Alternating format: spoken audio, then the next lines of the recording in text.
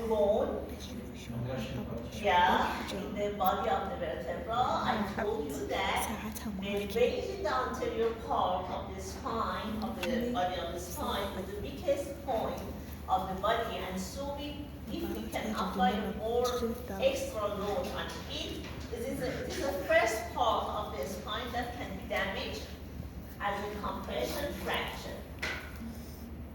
If this load is too vigorous, the other parts of the body should be compressed fracture too.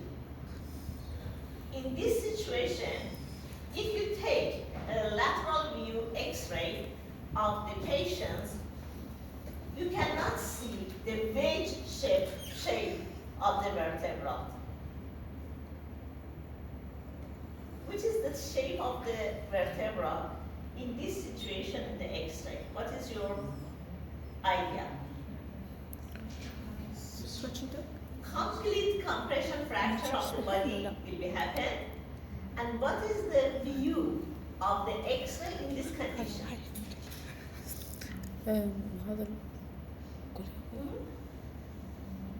What is your prediction in this condition? What can Cartilage see? on cartilage? Cartilage is not obvious in the X-ray, simple X-ray. Another symptoms you can find in the X-ray. The Scottish dog? The Scottish dog? No. Scottish dog is Damage another. for intervertebral disc? No. Oh, gotcha. In the complete whole of the body compression fracture, you can find in X-ray that one vertebra has lower height than others. So, for example, it is the real diameter of the L4, and you can find that the height of the L5 is lower than usual. It means that maybe there is a compression fracture in all parts of the body. If it is wedge shape, it is just anterior compression fracture. Is totally is decreased, the height is decreased, it will be a totally compression fracture, and it's happened during the rigorous load bearing on damaged bone structures. It happens in osteoporosis. The trabeculas of the bone are weak in the osteoporosis patients. So this type of fracture is very common in osteoporotic patients. If this type of fractures happen, especially in the thoracic region, it's usually applied in the thoracic region. Why? Because in thoracic region we have kyphosis. Okay? So the anterior load should be increased than the posterior part. And osteoporosis patients suffering usually from the wedge shape fractures and compression in the anterior part. And after some event of this episode of this fractures, you can see that the amount of kyphosis will be increased in these patients. There are some elderlies that have more kyphosis. You can see. In these cases, usually they have different level of vertebra with anterior compression fractures in their vertebra. These anterior fractures providing an exaggerated the kyphosis of the thoracic region, and after some time you can see some patients in this position. Okay?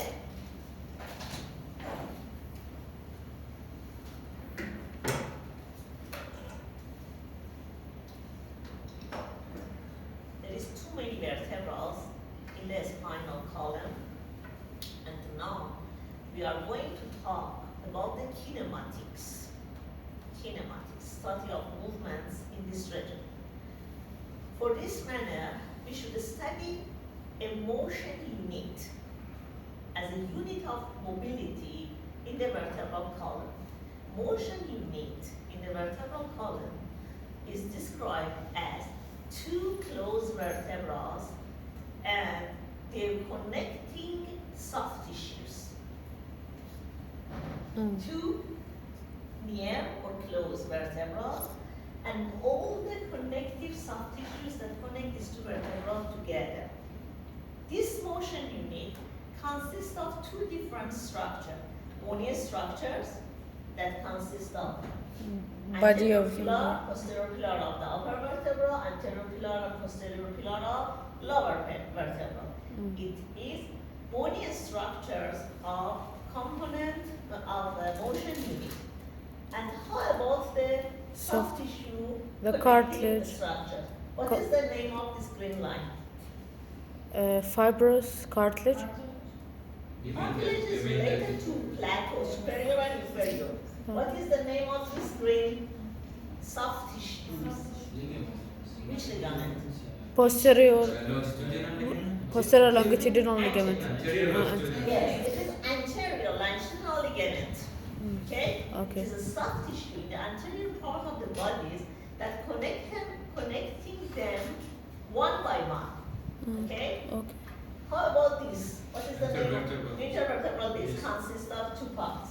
Analysis about for- it? Posterior longitudinal. Posterior longi- longitudinal ligaments. How about this? What is this? This facial joint. Facet joint. Facet joint. Facet joint. And how about this?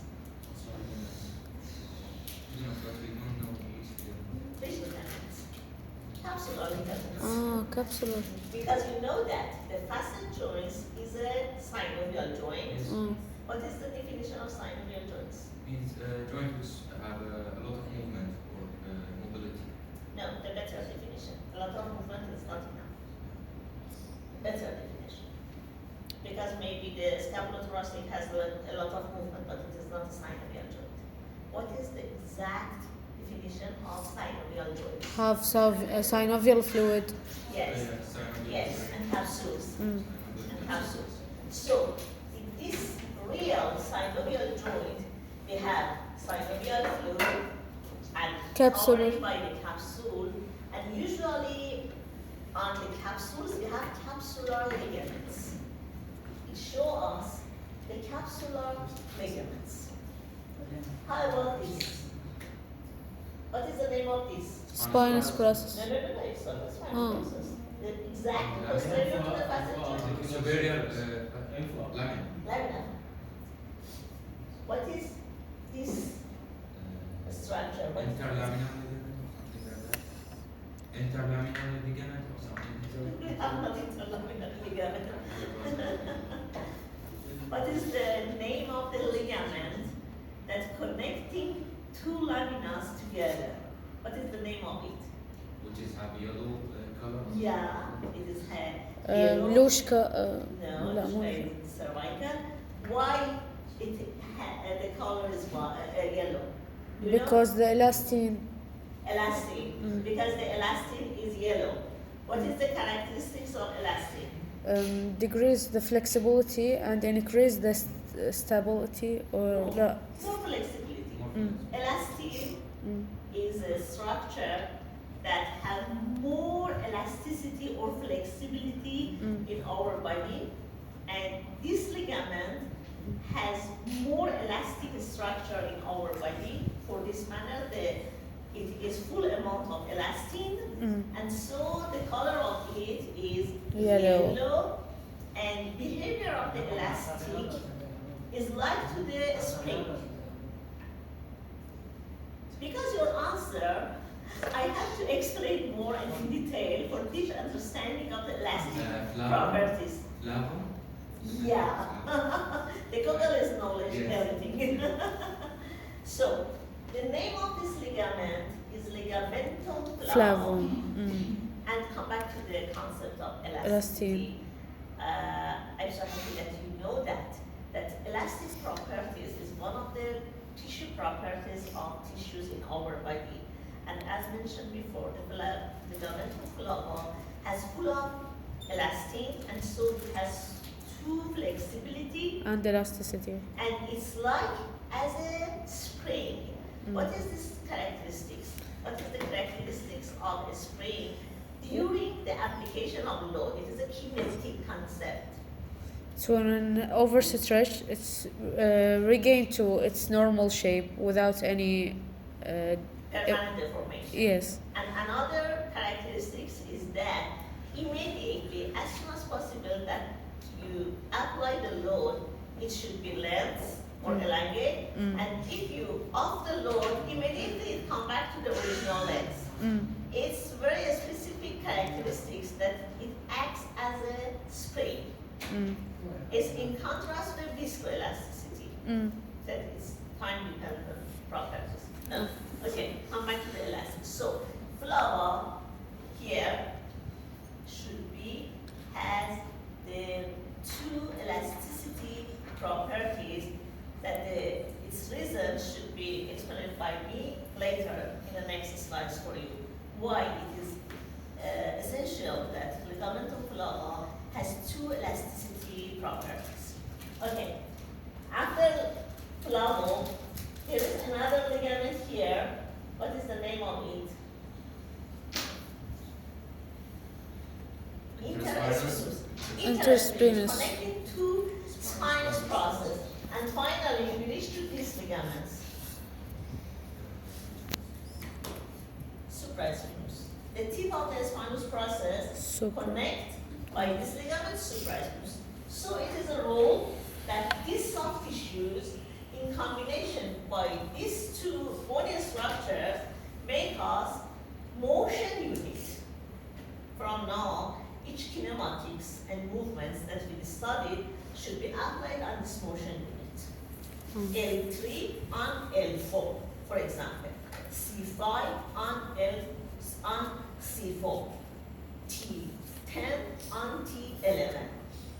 By this approach, we can study kinematics in the spine. In other way, we cannot do that. As a whole, it's not meaning for us. Okay? Look at this picture. Here, you can see the kinetic approaches in the motion unit. The axial compression load is a usual load that's applied to our spinal column. Axial compression load is very usual load in our spine because immediately then we are going to standing position, our spine is ready to tolerate it because of our weight and gravity. So, what is the process of this load? It's applied in the motion unit. It is no matter which motion unit in our spine.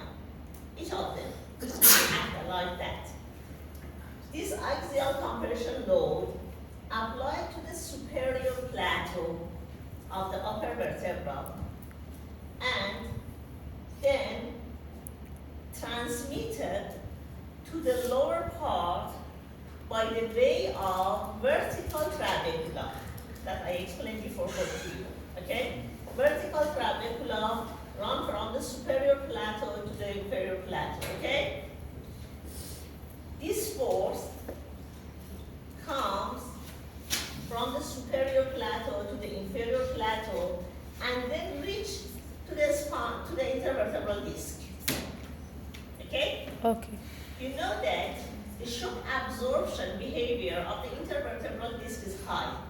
So some of these forces absorb in the level of intervertebral disc and the rest of it reach to the lower vertebra. It's a mechanism to decrease the total amount of the load that transmitted to the lower spinal column. This pathway is direct or passive absorption of the load.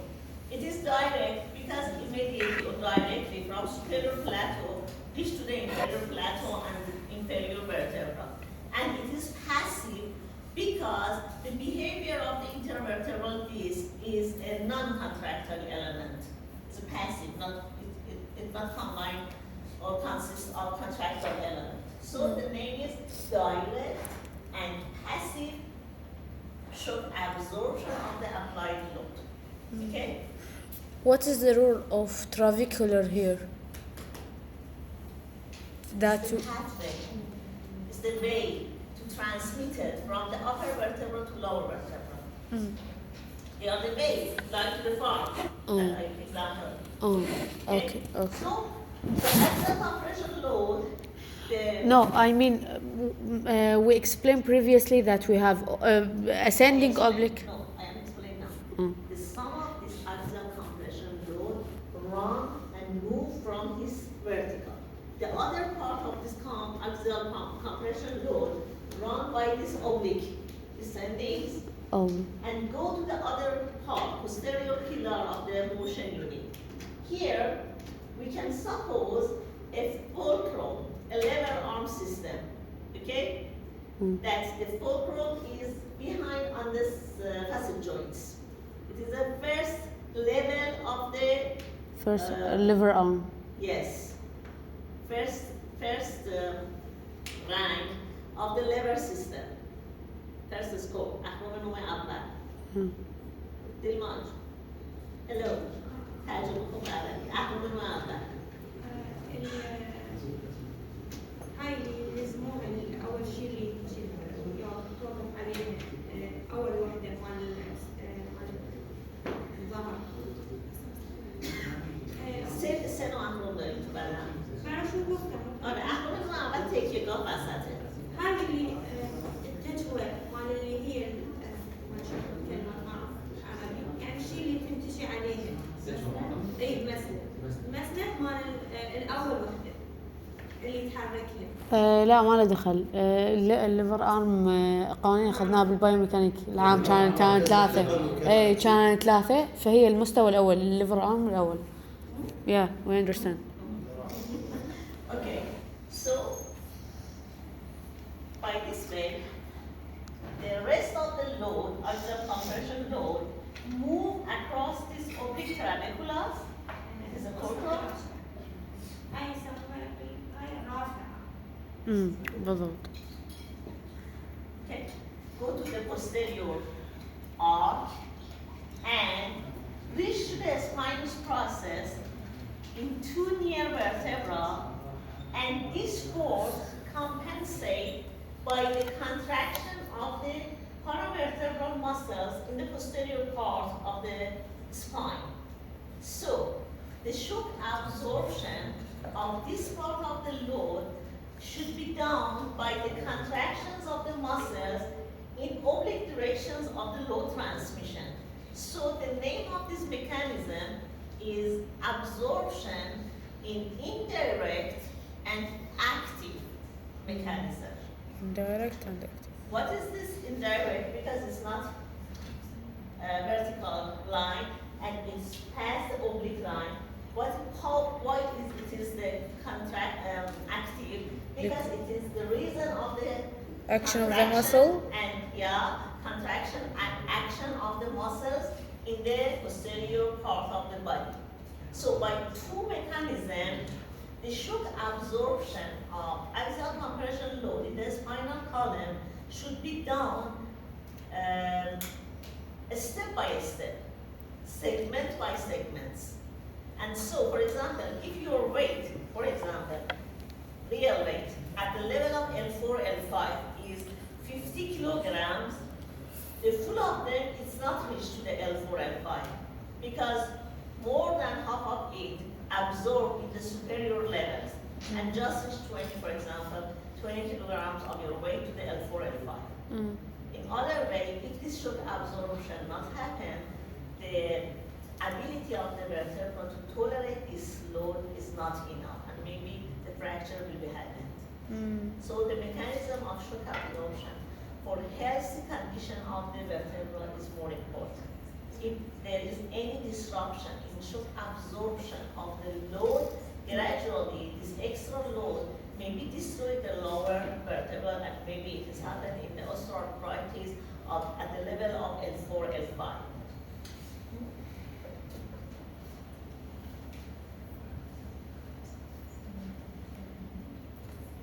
Look at this cross-section area and again nominate the different sections on the motion unit. Number 1, nominate it, all of you. Number 1, Posterior ligament. posterior Longitudinal ligament. Here, Vertebral cartilage. Number 2, Posterior number 3, Three. الليجامنت لا الفلا between lemon And he, 9. Capsular ligament. Capsular Four, ligament. interspinous. supraspinous. Supraspinous. Look at the location of the flap. What is the name of this hole? Vertebral canal. Canal. Vertebral canal. That vertebral Spinal cord. pass from it. So, by looking to this picture, you can find the importance of the behavior of the ligamentum flava. Look at this. The cord is in contact with the flavum in the posterior and posterior longitudinal in the anterior. If there is any inflammation or thickening of the ligamentum flava, it providing the congestion of the cord and provide the neurological symptoms in the patient. Congestion. What? Congestion is compression. Oh. The less Like spinal the stenosis. space, yeah, it is the space. It is the exact space that the cord should be passed away, and we consider that you have a thickening of the flava. So it's apply the pressure on the cord, and some neurological symptoms should be present by the patient. And in some of our low back pain patients, that their diagnosis, for example, is canal stenosis. The idiom is canal stenosis. It is a Narrowing of the spinal canal. narrowing of the spinal cord. Why? For example, because the thickening Of- or inflammation of the ligamentum flava. So, if we know the source of pathology for our patients, we can cure it properly, more properly. So, the importance of the flava is that it is in keep in touch with the spinal cord. Suppose that we are going to the more mobility of the spine. We are going to the flexion and extension. In the last session, previous session, I told you that we have more mobility in our spine, from full flexion To full extension. You know that, for example, a gymnast do this movement in 1 second. Go to the full flexion and come back to the extension. During the full flexion, the ligamentum flava should be stretched, okay? Because it's location. And during the full extension, it should be short. If there is any delay in stretching and shortening of the ligamentum flava, it should be applied the pressure on the cord because it has a latency time, and during the comeback it has a shrinkage. This shrinkage apply the congestion or pressure on the cord. But if this ligamentum worked as a spring, suddenly stretch, suddenly come back to the short position, it's okay. Everything is okay. For this manner, the ligamentum flava has full of elastic. Okay. Understand? It's the reason, real reason, that's why the flava ligamentum is full of elastin and its appearance is yellow because the very sensitive position that this ligament is located, it needs to have extremely extension or elongation and extremely Shortening. shortening In in short every period. seconds, in every seconds. Okay? Okay. Okay.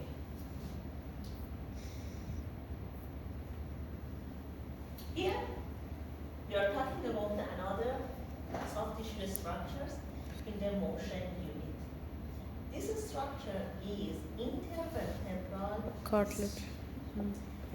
Intervertebral disc consists of 2 major parts. The central part Annulus fibrous. it is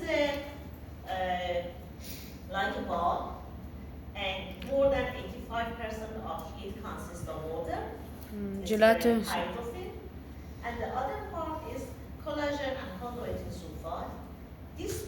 center or nucleus of the disc is very hydrophilic, very, very hydrophilic, and the ability of shock absorption of the nucleus pulposus is related to the amount of water on it. In the aging, the elderly person, one of the reasons of decreasing the shock absorption and the generative disease of the intervertebral disc is decrease of amount of the water in the structure. So it is better to starting to drinking the water as an enough amount in a day. Because all parts of our body should need to have enough amount of the water on it. That is the nucleus. Around the nucleus, there is another structures of the intervertebral disc. That name is Analysis purpose. annulus pulposus. Look at the structure of the annulus pulposus. In this part of the intervertebral disc, there is some circles, layer by layer, that cover the intervertebral disc depth, and the collagen fiber. This is full of collagen fiber, but for this manner, it is very good shock absorption system. And look at the orientation of this different layer, like the onion. This different layer of the annulus fibrosus. You can see that the orientation of the collagen fiber in each layer is in the opposite direction regarding to the previous layer. This mechanism is due to the tolerate the different load with different angles that apply to the vertebra. Each layer is made for tolerated the specific type of load based on the orientation of the collagen fiber. Another point is that the angles of the collagen fiber in each layer is different.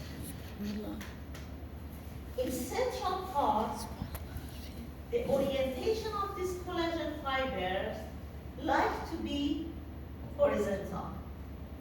In the outer layer, the orientation is like to the vertical.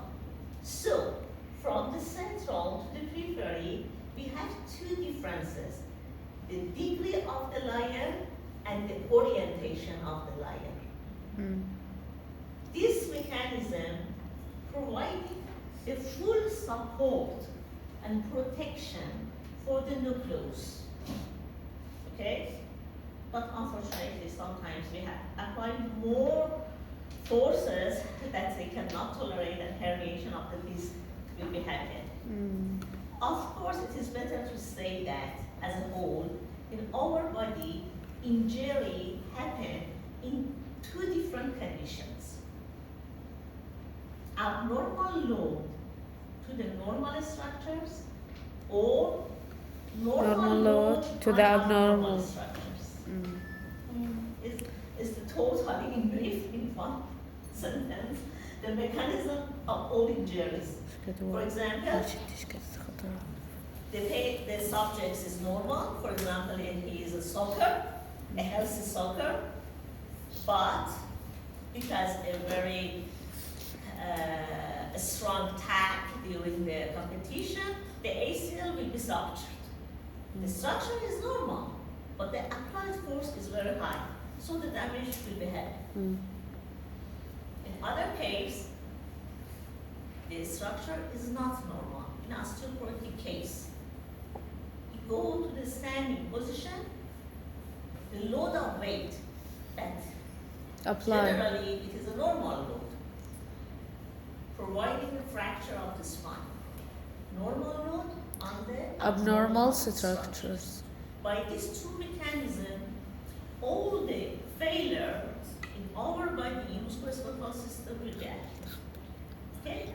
So here, you can see that the mechanism for protection of the nucleus is good, but sometimes the herniation will be happening.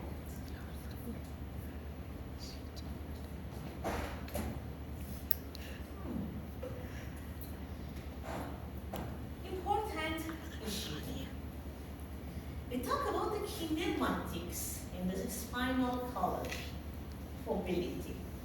This mobility in the spinal columns will be done via the joints in this region.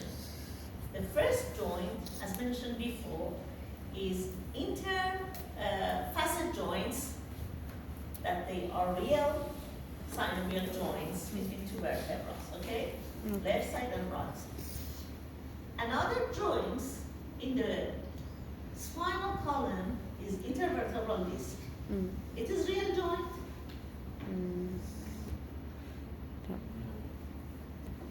What is it? Because the joint, the normal joint between the two Okay, what is the name of this joint? It is not a real Not a joint. real joint, yes. It is? Because the joint between cartilage and Yes, of course. What is the name of this type of joint? If it is not real joint, the name is amphiarterial joint. I don't hear about that name. Okay. Amphiarterial means that it's not real joint. It's not synovial fluid. It's not coverage by the capsule. It is amphiarterial. Like the scapulothoracic. Scapulothoracic joint is amphiarterial joint. Think about it. You read before and upper extremity biomechanics. Scapulothoracic is amphiarterial joint. Yeah. Spinal intervertebral disc. We consider that all movements that we occur in the spinal column is depending on the mobility of these two joints simultaneously. It is an important sentence that you should read it and remember it forever. These two joints, facet joints, as well as relevant intervertebral joints in each segment can work together simultaneously. It is not possible that synovial joints move and at the same time the relevant intervertebral disc is fixed without mobility, and vice versa. Okay? Okay. So, in the pathologic condition, you should consider this point, that if I have a herniation, you know herniation? Yes. Herniation at the level of intervertebral disc, obviously I have some pathobiomechanics in the relevant facet joints, and vice versa. If I have the VJD in the facet joints, maybe I have some malalignment in the intervertebral disc. You remember, and then I will explain it more. It's very masterpiece for the treatment of your patients. Okay? This amphiarterial joint that named intervertebral disc is working like a joint. Like a joint. We can suppose that in this region, inferior plateau and superior plateau are parallel together, and a ball between them working like the nucleus of the intervertebral disc, and so the mobility will be occur between these two plateaus regarding to the ball, to the nucleus. Okay? It is a model, mechanical model of the intervertebral disc joint. In the biomechanics, there is some mechanical models for better description of the mechanical behavior of these parts.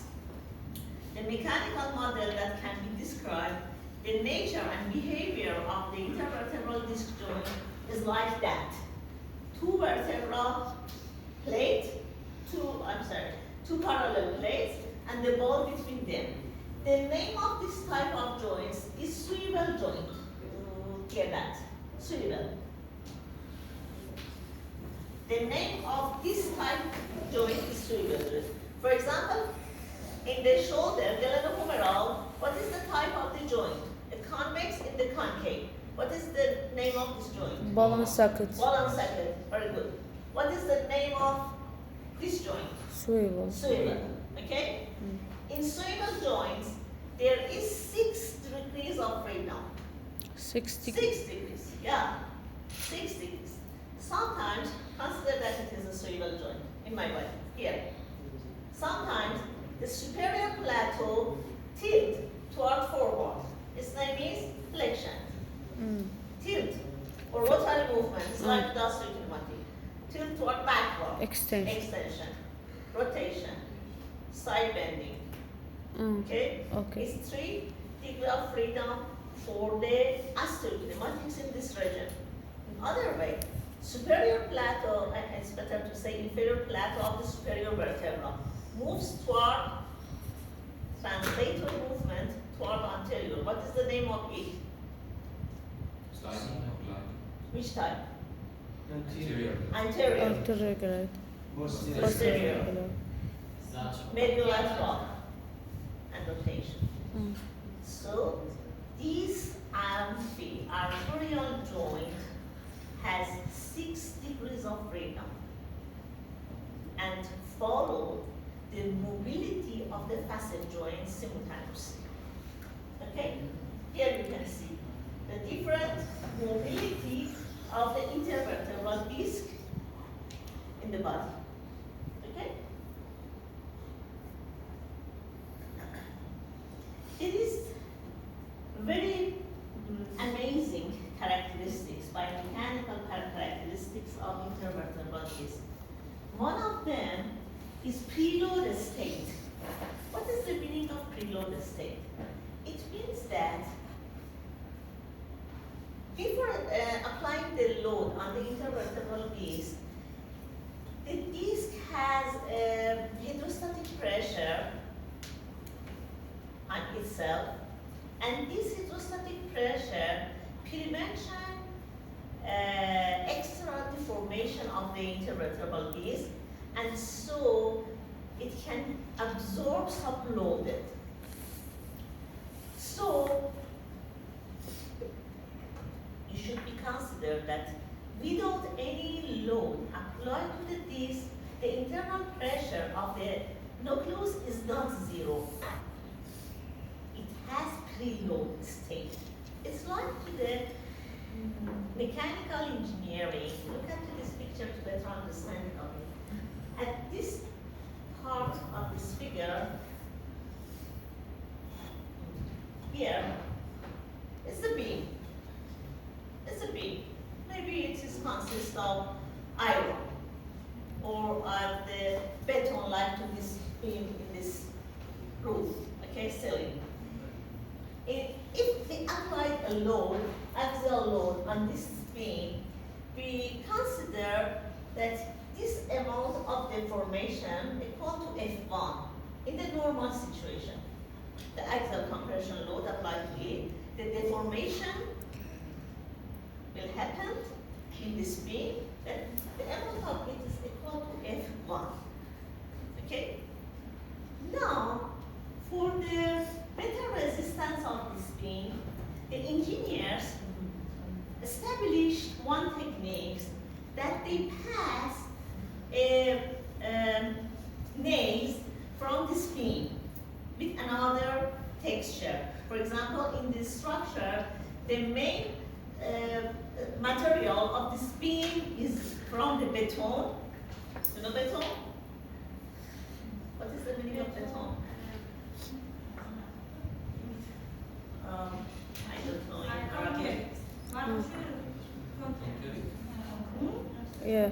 Normally, in buildings, makings, the beams are made of the beton, okay, or cement. It's better to say cement. Cement. But for better stability of this beam, the engineers pass the iron nails beneath these cements. You maybe look at the building of the structures and the different structures building that they did have. Why they did have? Hello?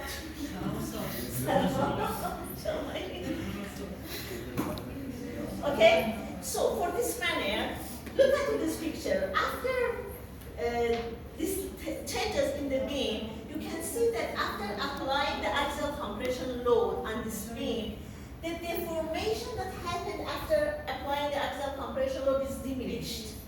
Why? Because this nail of iron providing the preload state to this beam.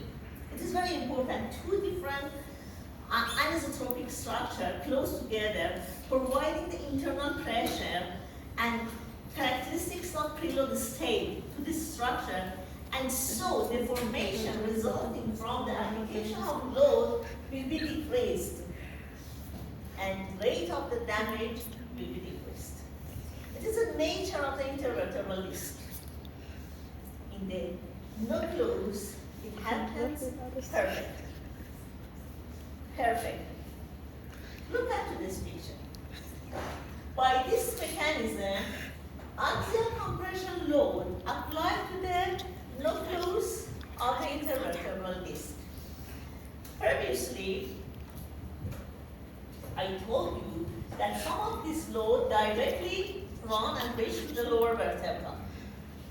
Now I like to have another explanation. Some of this load is distributed around the nucleus. Yeah, periphery. Go to the periphery and reach to the annulus fibrosus in around the nucleus pulposus.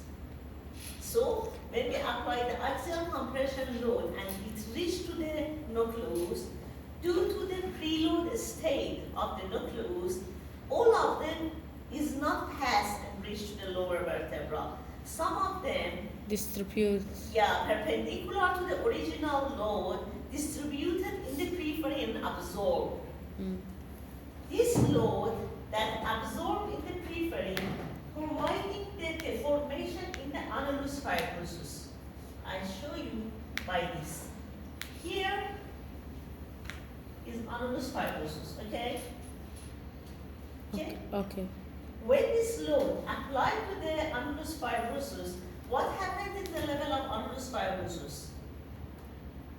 They are bulging. So they go to this position after applying. Instead, this curvature should be like that. Like that. For example, by this mechanism, the load absorbed. The first load was axial compression load. The second load is tensile load, tensile strength. Tensile. Because the annulus fibrosus is stretched and it will be elongated. This is denominated as Poisson's effect. Poisson's. It's the name of scientists that discovered it. Poisson's effect. What is the meaning of Poisson's effect? Based on this effect, it says that you know different loads.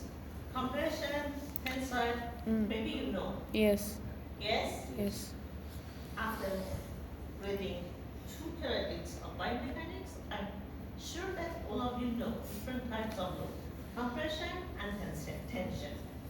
The results of compression load is shortening or compression strain. Compression stress resulted to compression strain.